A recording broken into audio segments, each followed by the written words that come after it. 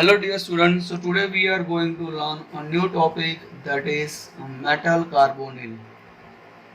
Okay, so this undercomes for the BSc SEM 3 students. In inorganic chemistry you find this topic in your syllabus. So let us start with the metal carbonyls. So metal carbonyls are those compounds which contain a carbonyl group that is attached to the metal. So this type of compounds are known as metal carbonyls. So it has some properties, like suppose the CO group is a weak, okay, CO group is a weak sigma donor and strong pi acceptor. Okay, you can remember this thing. CO group is a weak sigma donor and strong pi acceptor. Second thing you have to remember that for the formation of metal carbonyl bond, you can have a metal which is in low oxidation state. You have to remember that the metal should be in low oxidation state. Then and then the metal carbonyl bond will be formed. Okay, so now let us understand the MO diagram of carbonyl compound. So before starting the MO diagram, you should know some of the basic of the MO diagram. As we know, the atomic orbital combines together, they can form a molecular orbital. Here we are having a carbon, so it is having a structure like this: 1s2, 2s2 and 2p2. Okay, and oxygen, 8 atomic number, so you can have a 1s2, 2s2 and 2p4. So we are not talking about the 1s2, we are talking about the 2s2 and 2p2, 2s2 and 2p4. Both combine together and they can form a molecular orbital. So let's see its molecular orbital diagram. Okay, now let us start the MO diagram. So first I draw the 2s orbital, okay, of the carbon. Here I am putting a carbon, that is atomic orbital of carbon. Okay, so atomic orbital of carbon. Here I am drawing atomic orbital of the oxygen. Let's say oxygen from here. This is the atomic orbital of oxygen. So this is a 2s. Here we are having a 2s orbital for the oxygen. So let us start the drawing. Here we are having 2s2. As we know, we are having a structure of 2s2 and 2p2 for the carbon, and here we are having 2s2 and 2p4 for the oxygen. Okay, so both combine together and they can form a sigma bond. Okay, so here we are having 2s2, here also we are having a 2s2, one electron from here, one electron from here, so they can join together, they can form a bonding orbital electron. So here we are having a 2 electron, here we are also having one electron from here, one electron from here. So this is our sigma bond. Okay, this is our sigma star bond. Now let us draw the 2p orbital bond. So here we are having a 2p orbital for the carbon. Here also we are having a 2p orbital for the oxygen. Here I am putting the lower energy for the oxygen and carbon which is having a higher energy. So if we calculate the carbon atomic orbital energy, we can have a minus 90.5. Okay, 19.5 electron volt. Here we are having a minus 32.4 electron volt. Okay, so this is the energy for the carbon and as well as the oxygen. Here 2p orbital we are having minus 10.7 electron volt. Here we are having minus 15.9 electron volt. So let's draw for 2p orbital here. Here also we are having a 2p orbital. So here 2s2 2p2. So I am drawing here the 2p2 electron. Okay, from here also we are having 2p2 2p4 electron. So I am putting over here 4 electron. Here we are having a 2 electron. So now here I am making a drawing for the 2p orbital. So here we are having first one, this orbital. Okay. Second one, that is pi orbital, that is conversion of this pi orbital into px, py and pz. So we can have this type of arrangement. This is having two orbital, This is having one orbital, so we can put down over here. Let's join together over here. Okay, so now here two terms, two most important term you have to remember. First one, this is the HOMO. Okay, now what do you mean by HOMO? HOMO, that is mean what we can say highest occupied molecular orbital. Now what do you mean by the LUMO? So LUMO suggested that lowest unoccupied molecular orbital. Now as you see from here we are having a two orbital. Okay, so here we are having HOMO, which is having a highest occupation. So this is the lowest. So as we know that highest occupied, this is the what we can say BMO, this is the ABMO. Okay, anti-bonding, this is the bonding molecular orbital. So now this is having a highest occupied molecular orbital, this is the lowest unoccupied molecular orbital.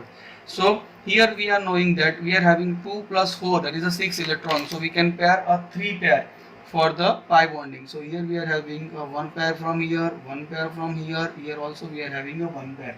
Okay, so by the formation of this we can have this is for the sigma bond and this is for the pi bond. Here we are having a pi star orbital, this is our sigma star orbital. Okay, as we know from here, so here this is the molecular orbital diagram for the what we can say carbon monoxide.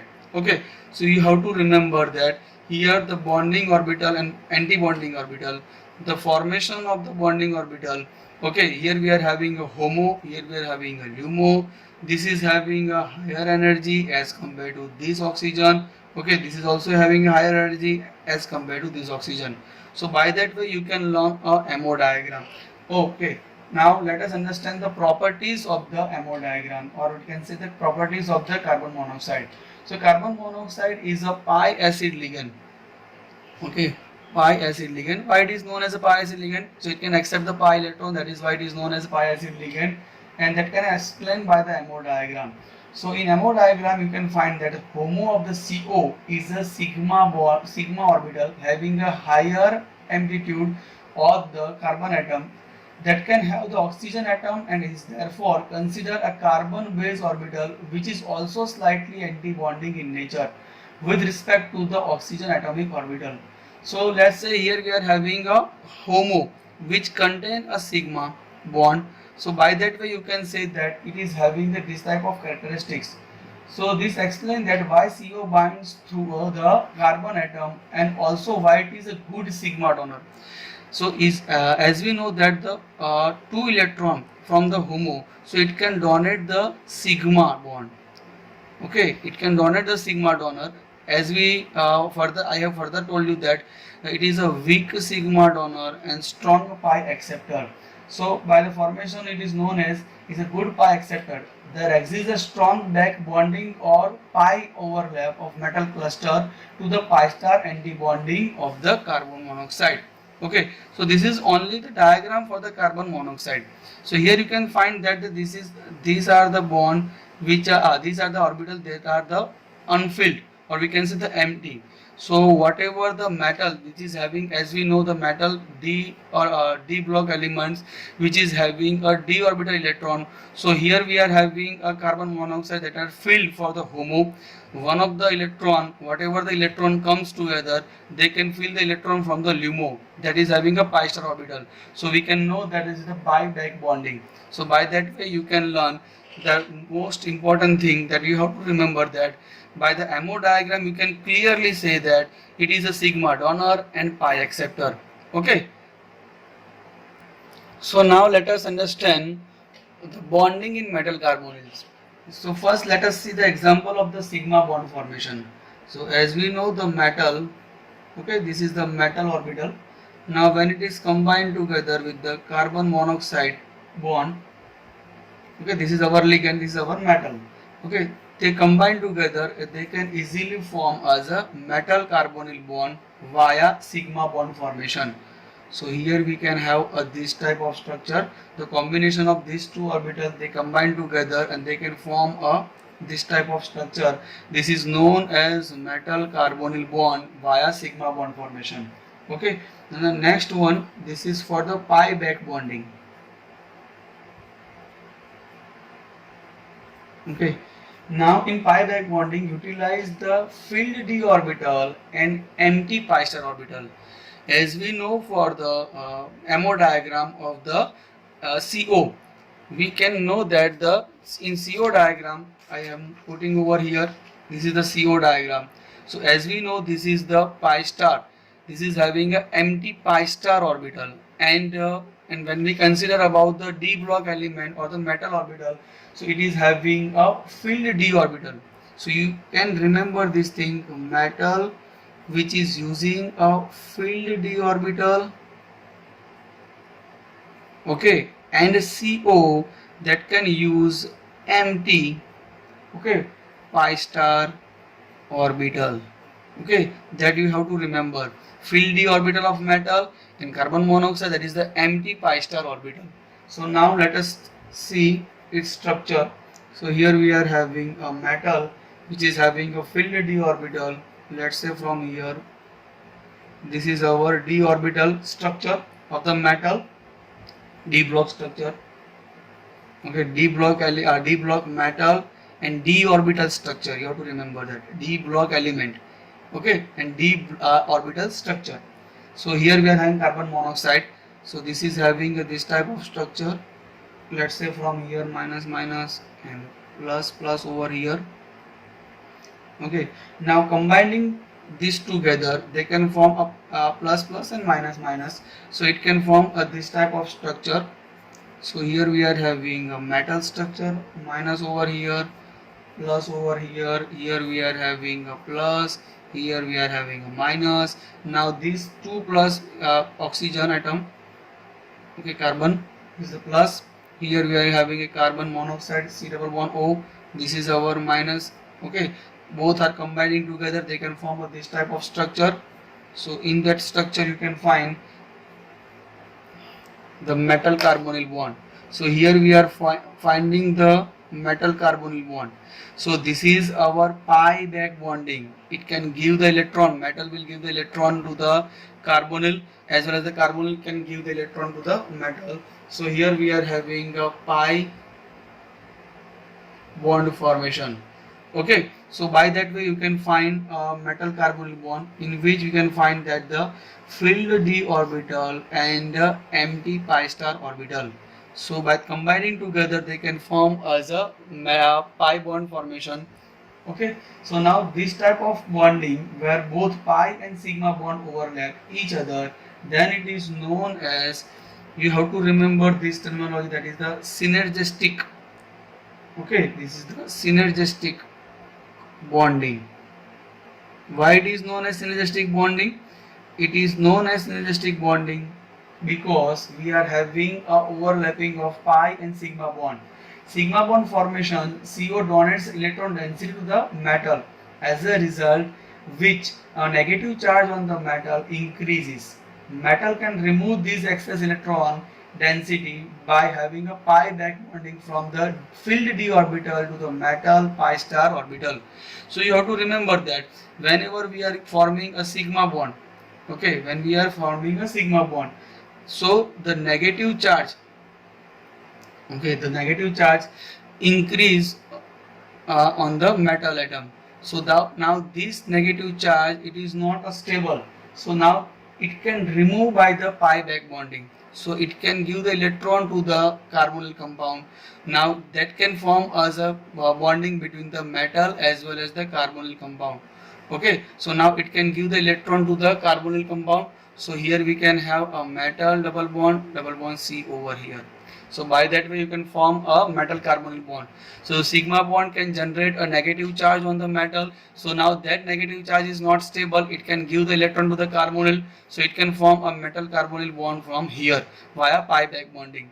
You just have to remember this thing, that the metal carbonyl bond between the pi back bonding, here you are having a filled d orbital, okay, from the metal, and empty pi star orbital from the what we can say, the ligand.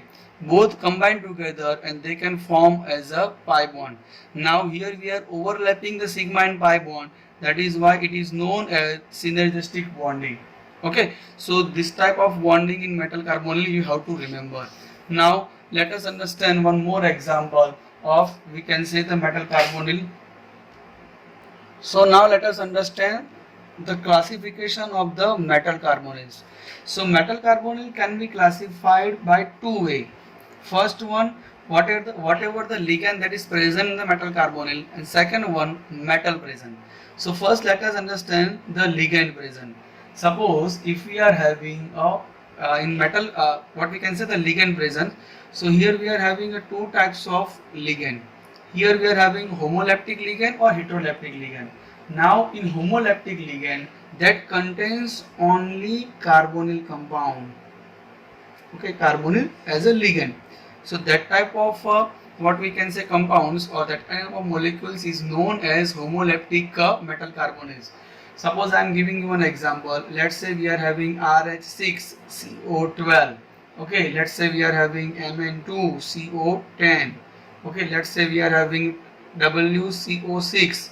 So that type of compound in which we are having only carbonyl group, so that is known as homoleptic metal carbonyl compounds.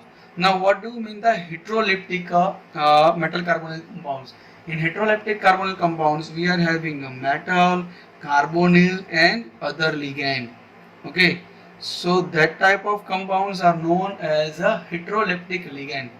Now heteroleptic compounds, so here we are having, suppose let's say we are having FeCO3 and PPH3 twice. So here we are having a carbonyl compound as well as the other ligand. So there are two types of ligand, so that is why it is known as heteroleptic metal carbonyl compound. Okay, let's say one more example. Suppose we are having WCO3 and we are having PPH3. Okay, so here we are having a carbonyl compound, here also we are having a PPH3. So that type of compounds are known as heteroleptic metal carbonyl compound. Okay, now the classification based on the metal that is present in the metal carbonyls. Suppose if we are having a metal which is having a, what we can say, bond order, can say the borderline cases, plus or minus, or we can say the metal which is having a, okay, let's say from here. Okay, now let us understand the classification of the metal carbonyl on the basis of the metal present. Okay, the metal present in metal carbonyl, that can be classified in two categories. First one, that is HNCC. What do you mean by HNCC? That is known as high nuclearity of carbonyl compounds. Okay, this is known as low nuclearity of carbonyl compounds. Okay, so when we are having metal which is having what we can say number of metal atom is greater than or equal to 4, then it is known as high nuclearity of metal carbonyls. If we are having a metal carbonyl that is having a, what we can say, number that is less than or equal to 4, then it is known as low nuclearity carbonyl compound. Okay, so this is having a low nuclearity carbonyl complex, and here we are having high nuclearity carbon complex. So by that way you can classify ligand classification of metal carbonyl on the basis of the ligand presence and on the basis of the metal carbonyl. Okay, thank you for watching it.